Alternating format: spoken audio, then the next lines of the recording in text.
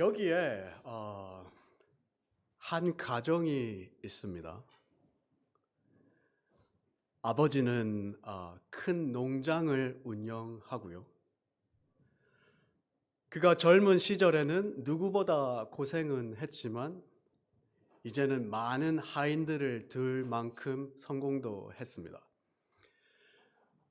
그는 부지런하고 인품도 좋아서 마을 사람들에게도 존경을 받는 사람이었습니다.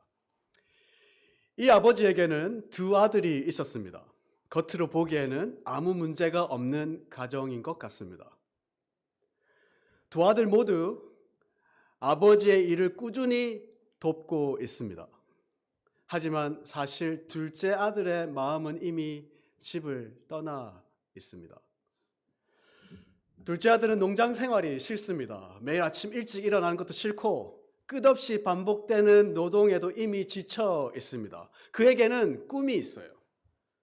도시로 가고 싶은 꿈이 있습니다. 자유롭게 살고 싶습니다. 성공도 하고 싶어요. 즐기고도 싶습니다. 무엇보다 아버지의 간섭 없이 자기 마음대로 살고 싶었습니다. 그런데 그 꿈을 이루지 못하게 하는 큰 장애물 하나가 그에게 있었습니다. 그 장애물이 바로 아버지였습니다. 아버지가 살아 계시는 한 그가 원하는 삶은 살 수 없다 생각했습니다. 언젠가는 아버지의 재산이 자신의 것이 될 텐데 그는 그때까지 기다릴 수 없을 것 같습니다. 결국 그는 입에 담기 어려운 말을 꺼냅니다. 아버지, 재산 중에서 제게 돌아올 목을 지금 주십시오. 이 말은 사실 이런 말과 같습니다. 아버지가 제 인생의 걸림돌입니다. 저는 아버지보다 아버지의 돈이 더 필요합니다. 놀랍게도 아버지는 그 요구를 들어줍니다.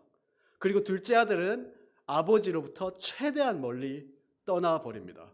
자유와 행복감에 젖어 있는 것 같습니다. 그토록 원했던 꿈을 얻은 것 같습니다.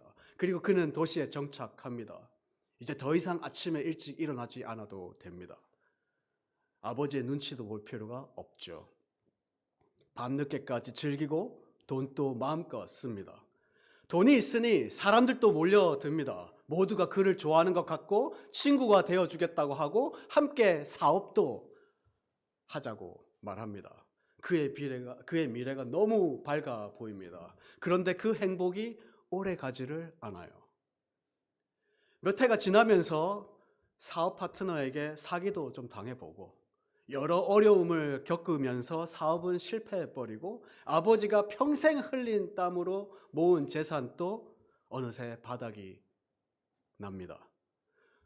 돈이 사라지니 사람들도 사라집니다. 평생을 함께 하자고 소리쳤던 친구도 어느새 그의 곁을 떠나갑니다. 그는 이제 완전히 혼자가 된 것입니다. 설상가상으로 그 땅에 흉년까지 찾아왔습니다. 난생 처음으로 궁핍이라는 것을 경험하게 됩니다. 이제는 꿈을 이루기 위해서가 아니라 생존을 위해서 돈이 필요했습니다. 아무도 그를 도와주지 않습니다. 결국 그가 겨우 구해서 얻은 일이 돼지를 치는 일이었습니다. 유대인에게는 돼지가 부정한 짐승입니다. 그런데 지금 그는 부정한 짐승인 돼지와 함께 살아가야 합니다. 심지어 돼지가 먹는 쥐엄 열매로 배를 채워야 하는 신세가 됩니다. 그는 바닥까지 내려간 인생을 살고 있습니다. 그제서야 그는 정신이 들기 시작합니다. 매일 저녁이 되면 떠나온 집을 기억합니다. 아버지가 그립습니다. 그리고 비로소 깨닫게 됩니다. 문제는 아버지가 아니었습니다. 문제는 자기 자신에게 있었습니다. 그는 가족보다 자신의 꿈을 더 사랑했고 아버지보다 아버지의 재산을 더 사랑했습니다. 그리고 그것이 바로 죄였다는 것을 깨닫게 됩니다. 이 깨달음을 얻기까지 그는 정말 먼 길을 달려와야 했습니다. 마침내 그는 결심합니다. 아버지께로 돌아가자. 여기에 둘째 아들에게 완전히 버림을 받은 아버지가 있습니다. 아들이 떠난 후에도 아버지는 그를 잊지 못합니다. 흉년이 들었을 때는 그는 그 아들이 더 걱정이 됩니다. 잘 살고 있는지, 굶고 있지는 않은지. 그런 어느 날 오후였습니다. 멀리서 한 사람이 걸어옵니다. 자세히 보니 둘째 아들입니다. 아들은 아버지 앞에 무릎을 꿇고 이렇게 말합니다. 아버지, 제가 하늘과 아버지께 죄를 지었습니다. 이제는 아들이라 불릴 자격이 없습니다. 저를 품꾼으로 여겨 주십시오. 그런데 아버지는 아들의 말이 끝나기도 전에 종을 부릅니다. 무슨 소리냐? 어서 가장 좋은 옷을 가지고 와라. 그리고 나의 아들에게 입혀라. 손에 가락지를 끼워라. 발에 신을 신겨라. 그리고 살찐 송아지를 잡아서 함께 잔치를 벌이자.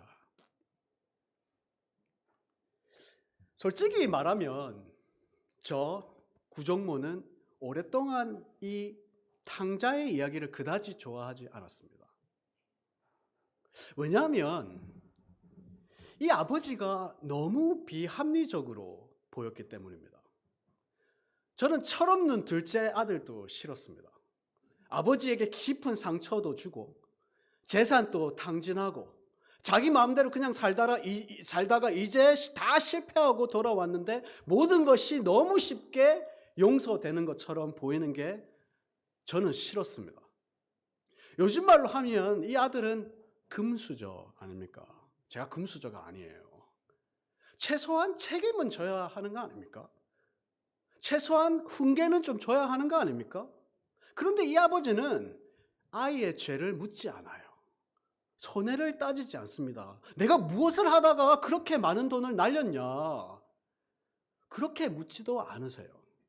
대신 옷을 입혀주고 잔치를 열어줍니다. 저는 그런 생각합니다.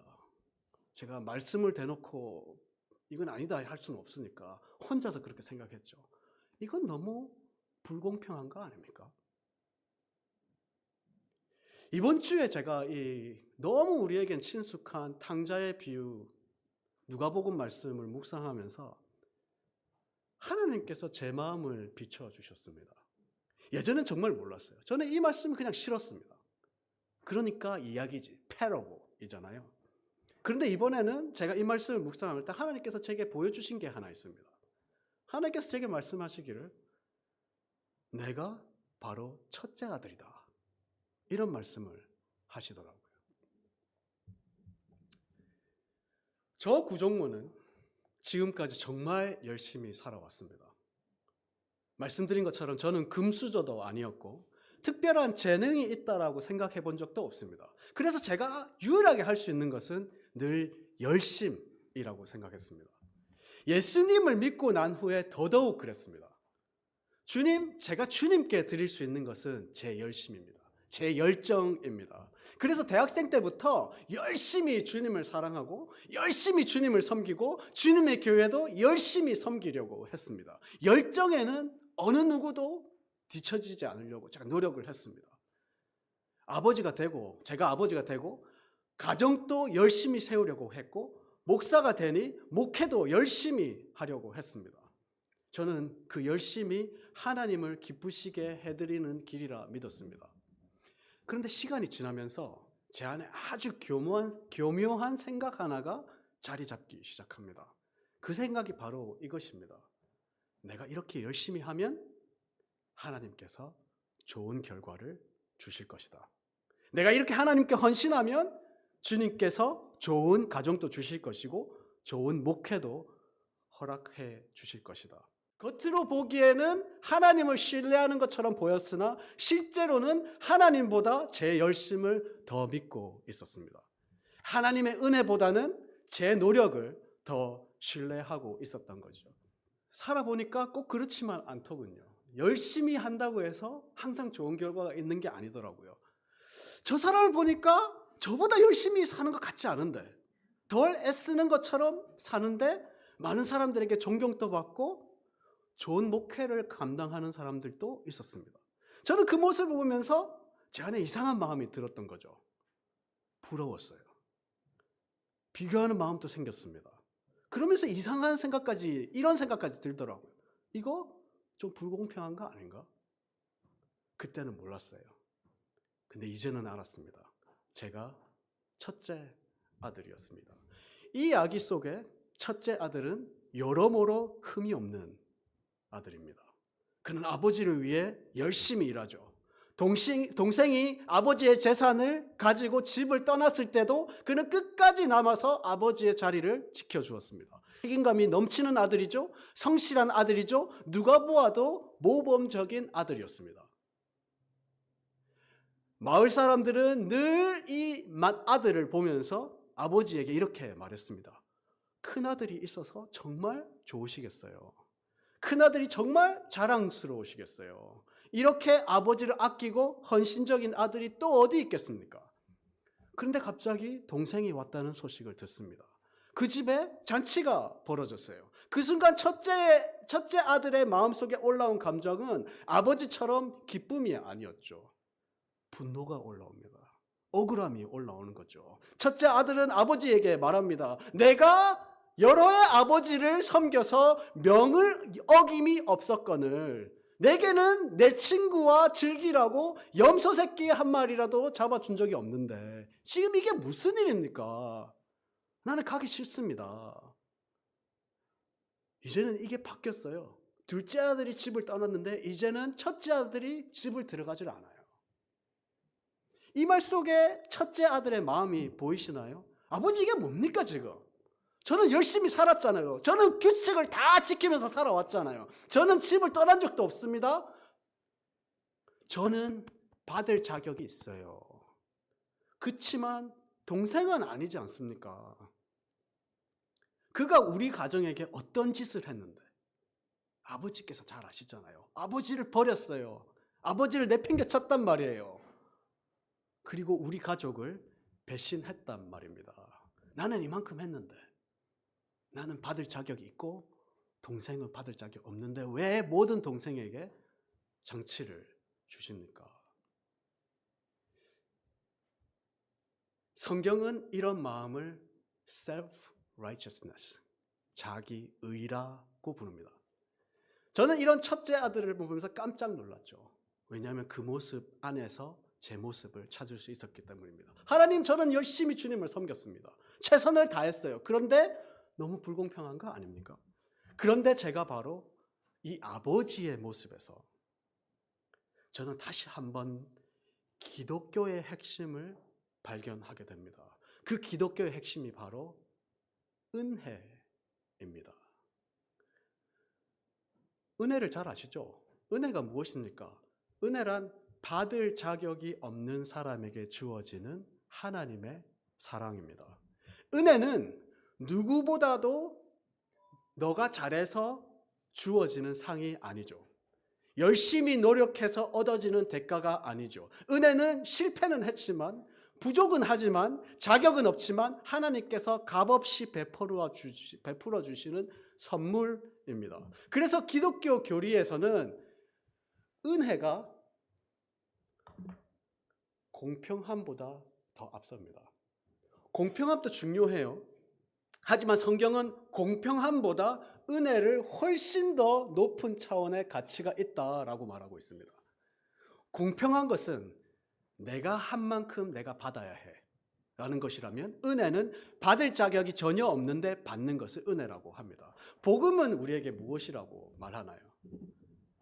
우리가 하나님의 자녀가 된 것은 나의 열심이나 공로의 결과가 아니라고 이야기하죠. 로마서 5장 8절의 고백을 보시면 우리가 아직 죄인 되었을 때 그리스도께서 우리를 위하여 죽으심으로 하나님께서 먼저 우리를 향한 사랑을 확증하셨다.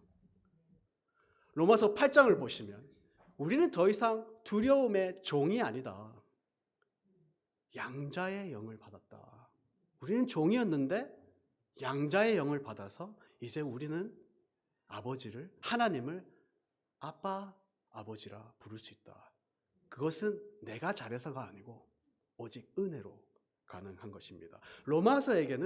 로마서에서는 우리에게 복음의 진리를 다음과 같이 이야기해 주고 있습니다. 우리가 첫째 아들이기 이전에 나는 둘째 아들이었고, 둘째 아들이기 이전에 우리는 종이었고 죄인이었습니다. 그게 기독교에서 말하는 은혜입니다. 은혜가 아니면 결코 우리는 하나님을 아버지라 부를 수 없는 존재였습니다.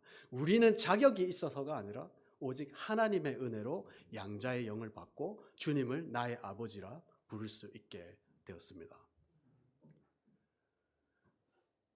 저는 이 은혜를 우리의 삶, 특별히 가정에 좀 적용을 해보려고 합니다. 먼저 우리가 분명히 해야 할 것이 있습니다. 기독교는 절대로 둘째 아들의 방탕한 삶이나 무책임한 선택을 정당화하지 않습니다. 우리는 여전히 이 세상에서 책임 있게 살아야 합니다. 학교에서도 직장에서도 하나님께서 우리에게 맡기신 사명을 우리는 성실히 임하면서 살아야 하고 최선을 다해야 합니다. 그런데 가정은 조금 달라요. 가정은 경쟁의 공간이 아닙니다. 가정은 성과를 증명해야 하는 곳이 아닙니다. 가정은 누가 더 잘해서 너는 더 많은 상을 받아야 해 하는 그런 원리가 적용되는 곳이 아닙니다. 가정에는 열심과 성실이 있어야겠지만 그것보다 더 위에 있는 가치, 즉 은혜가 있어야 하는 공간일 줄로 믿습니다. 하나님께서 주신 가정은 작은 천국과 같다. 그래서 믿음 안에 있는 가정이라면 적어도 그 안에서는 공평과 평가보다 은혜가 더 깊게 작동되어야 하는 공간이 바로 가정입니다. 다시 한번 말씀드릴게요. 여러분의 가정이 예수 그리스도를 주인으로 모시는 가정이라면 그 가정은 공평이나 평가보다 은혜가 더 깊게 흐르는 곳이어야 할 줄로 믿습니다. 그래서 조금 실수하고, 아니 둘째 아들처럼 많이 실패하고 부족해 보여도 은혜로 받아줘야 하는 가정이야말로 오늘 설교의 제목처럼 홈 스윗 홈, 은혜가 넘치는 가족이 될 줄로 믿습니다. 그래서 오늘 저는 우리 가정이 은혜가 넘치는 가정, 홈 스윗 홈이 되기 위해 우리 가정 안에서 실제로 연습해야 할 수 있는 습관 2가지를 제가 나눠드리려고 합니다. 첫 번째, 가족 구성원에게 나의 얼굴을 투영하지 마십시오. 가정이라는 작은 천국 안에 우리가 가장 흔하게 범하는 실수 중에 하나는 사랑하는 가족을 있는 그대로 보지 못하고 나의 확장으로 여기는 것입니다. 자녀의 성취가 곧 나의 성취처럼 느껴지고 자녀의 실패가 곧 나의 실패처럼 느껴지는 것입니다. 그래서 어느 순간부터 부모는 자녀를 사랑한다고 하면서도 동시에 자녀를 통해 자신의 존재감 혹은 자신을 증명하려고 합니다. 저의 이야기는 아닙니다만 어렸을 때 우수한 성적을 받았던 아이가 학교에서 상장이나 우수상을 너무 많이 받아오면 부모가 너무 기뻐하죠.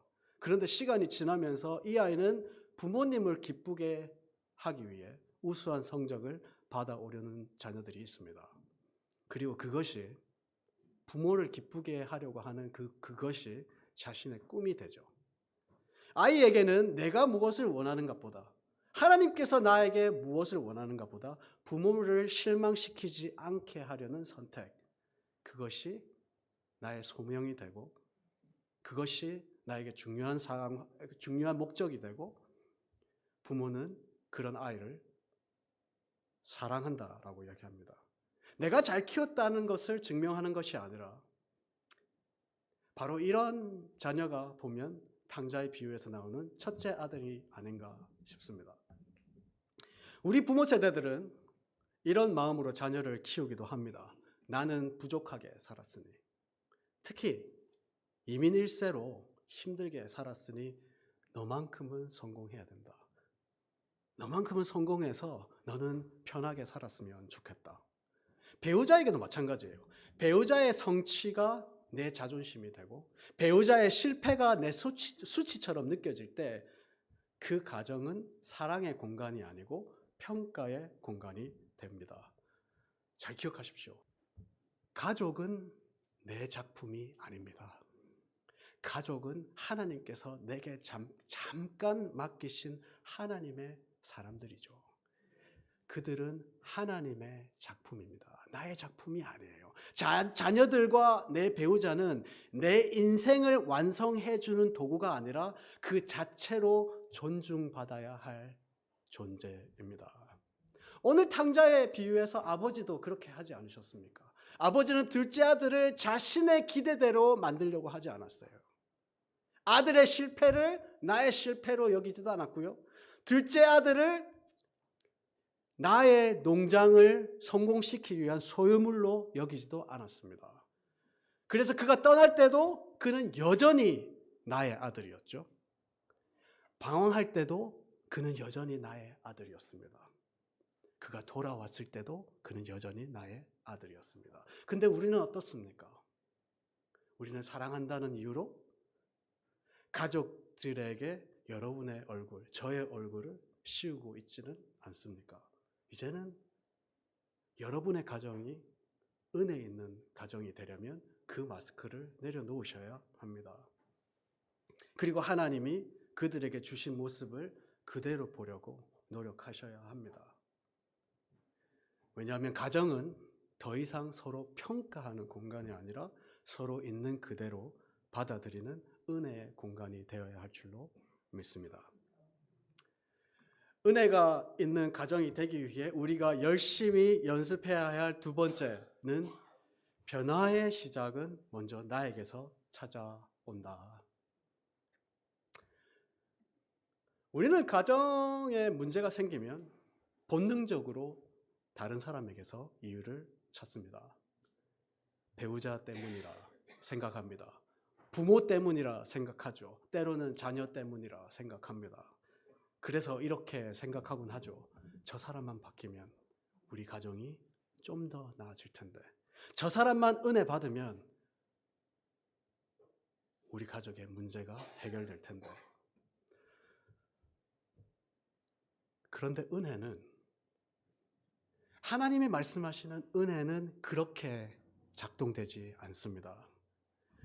은혜는 언제나 다른 사람의 문제에서 시작되지 않고 먼저 나 자신을 주님의 빛 앞에 세우는 것으로부터 시작됩니다.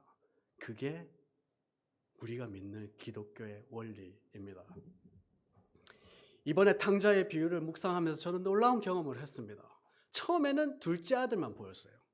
그를 보면 그냥 답답합니다. 그냥 철없고 이기적이고 말은 잘하고 꿈은 있는 것 같은데 그렇게 철이 없습니다. 아버지의 마음을 아프게 하는 것도 몰라요. 저는 그 둘째 아들이 너무너무 싫습니다. 그래서 저는 그런 생각하죠. 나는 둘째 아들은 아니다. 근데 계속 말씀을 묵상해 보니까 제 안에 또 다른 사람이 보이기 시작하는 겁니다. 제 안에 첫째 아들이 보이기 시작합니다. 제 안에 그렇게 내 자신의 공로를 내세우고 계속 동생에게 손가락질하는 첫째 아들이 제 안에 살고 있음을 발견했습니다. 근데 그게 끝이 아니에요. 주님께서 제게 베풀어 주신 복음, 그 은혜를 묵상해 보니 저는 첫째 아들이었을 뿐만 아니라 둘째 아들이기도 합니다.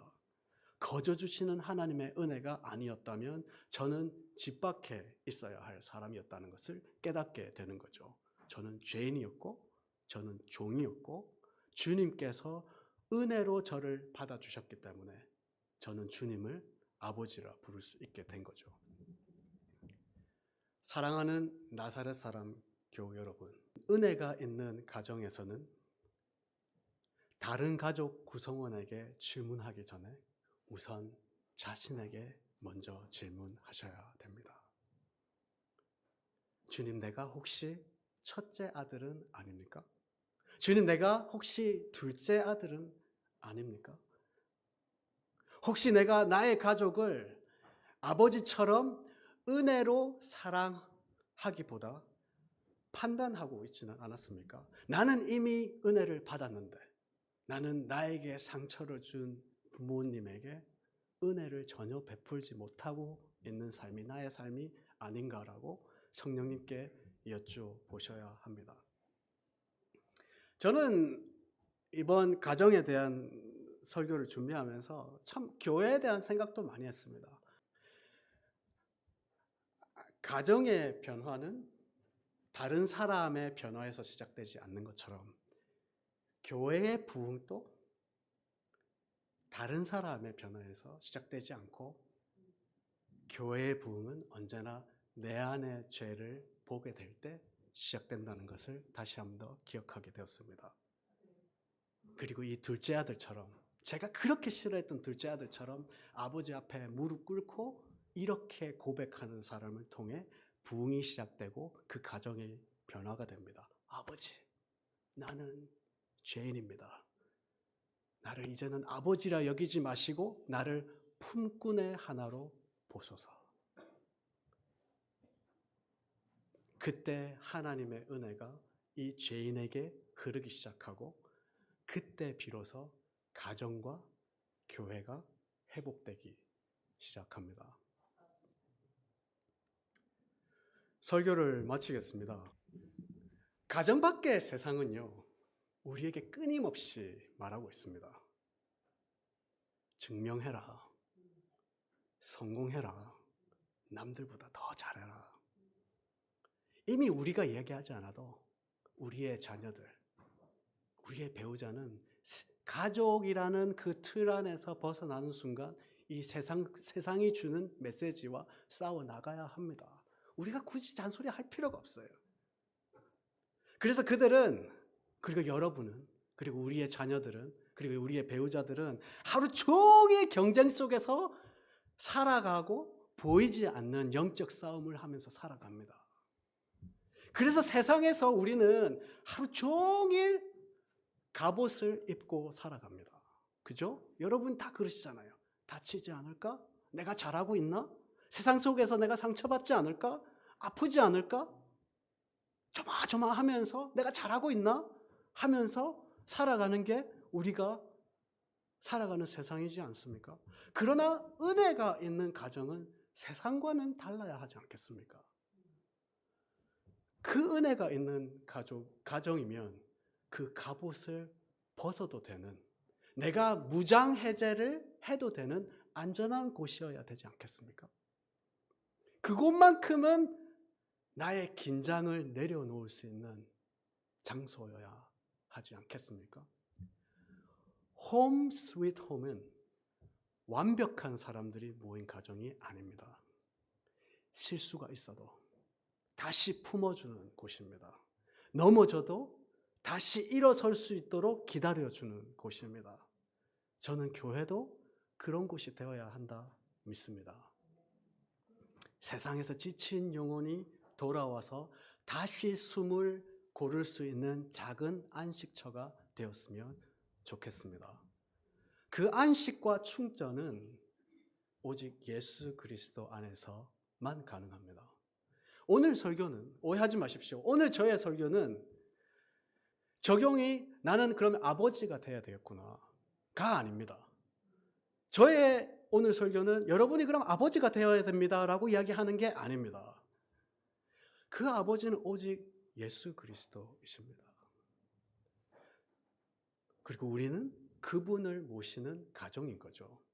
그분을 모시는 가정에서 우리는 은혜를 배우고 용서를 배우며 다시 나를 세워주시는 아버지의 은혜를 경험하는 곳이 우리의 가정이 되어야 한다 믿습니다. 그래서 여러분이, 그리고 여러분의 가정이, 그리고 이 나사렛 사람 교회가 지친 영혼들이 쉬어갈 수 있는 작은 천국이 되었으면 좋겠다.